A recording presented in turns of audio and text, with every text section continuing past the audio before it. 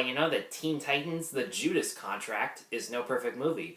So the Judas Contract takes place about a year after the events of Justice League vs. Teen Titans, and Brother Blood, played by Greg Henry, offers a highly paying contract to Deathstroke, played by Miguel Ferrer, to kidnap the Teen Titans, who are all in the process of still trying to adjust to their civilian lives, as well as welcoming their newest member, Tara, played by Christina Ricci, who seems to have a complicated backstory and very mysterious motivations for joining the team.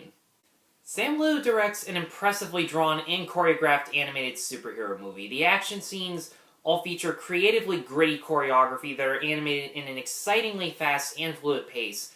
And surprisingly, when a character does get hurt, they actually stay hurt for a longer period of time than most animated superhero movies. And the film is realistic enough, for a comic book movie anyways, to illustrate that considering the team consists of teenagers fighting adults, especially Deathstroke, who's considered one of DC's most strongest characters ever, that the main characters are going to spend a good amount of time in these fights on the losing side, which makes us root for the heroes more when they do get the upper hand, and it makes us actually feel fear for them when they appear to be in peril.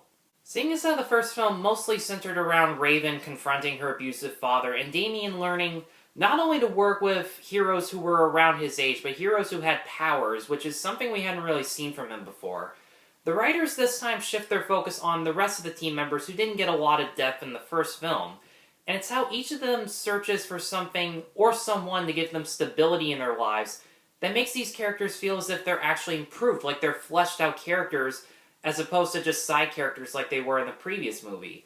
This time around, I genuinely believed that Starfire was the team leader, because instead of just acting as a den mother to the Titans like she did in the previous movie, we actually got to see her training with and assisting the Titans in combat. And her relationship with Nightwing, where they confide in each other about their dilemmas and they're living together now, they're fully intimate with each other. I genuinely believe that they were actually in love and a real couple, and I didn't think that they were just a bunch of cheap softcore sex jokes, which, don't get me wrong, there still are a few in this movie, but they never got in the way of anything, and they were actually funny once in a while. Now, if you thought Damian was a complete pain in the ass in the previous movies, yeah, he was. But Christina Ricci as Tara, I'm not even kidding, makes him look like a complete saint in comparison. And at first glance, you kind of wonder why anyone would treat her with respect or be welcoming when she's constantly rude and antisocial towards everyone, or why she even joined the Titans in the first place. But once we see how tragic her backstory is, and I gotta say, it is a pretty dark backstory, we can at least understand why she's afraid of bonding with anyone out of fear of being disappointed or abandoned. And it isn't until Beast Boy points out that pain is what motivates a hero, but it's being part of a group that helps you grow as a person. And it's the way he describes that, and it's Brandon Suhu's really good voiceover performance that makes the two of them really feel connected to each other. Even Damian points out that he and Tara were both raised in isolation, and that only joining Batman and the Titans helped him change as a person, and she's not going to be any different until she actually puts in a certain amount of trust into people. Now, because of the direct-to-DVD budget that this movie has, some characters have limited screen presence in terms of their subplots. For example, there's an arc centered around Blue Beetle doing volunteer work in order to let the scarab on his back get more used to certain people. And that arc was interesting enough, and I really liked it, but I would have liked to have seen more of him interacting with the people that he's trying to help and serve.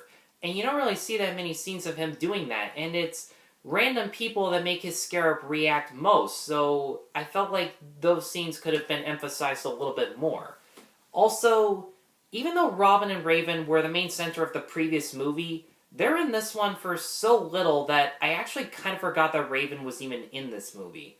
I know that the two of them had a whole movie to themselves, but this still is an ensemble piece, and I liked this adaptation of Raven, and I honestly don't mind Damian Wayne all that much. Is he annoying?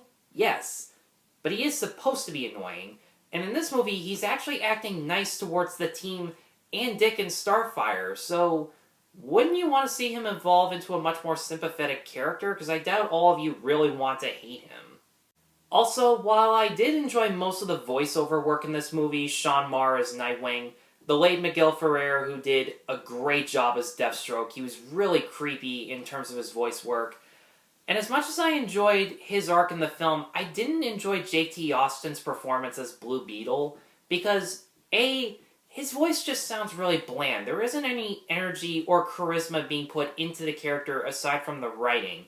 And B, Austin is not one of those actors who can sound younger than he really is. He does sound like an adult trying to play a teenager.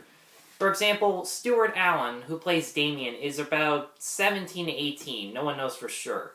But before I looked that fact up, I actually thought he was like 12 to 13 at the oldest. And he's so good at sounding like he's much younger than he really is, and I wish we had gotten an actor for Jaime who had that exact same range. Teen Titans, the Judas Contract, is a major improvement over Justice League vs. Teen Titans in regards to the voiceover work, some strongly written characters, and exhilarating action scenes that make up for some rushed subplots. And for that reason, I'm going to give the Judas Contract a 3.5 out of 5. Guys, thanks as always for watching. Be sure to like, subscribe, check out my other reviews at NoPerfectMovie.com. And once again, thank you all very much for watching. Take care.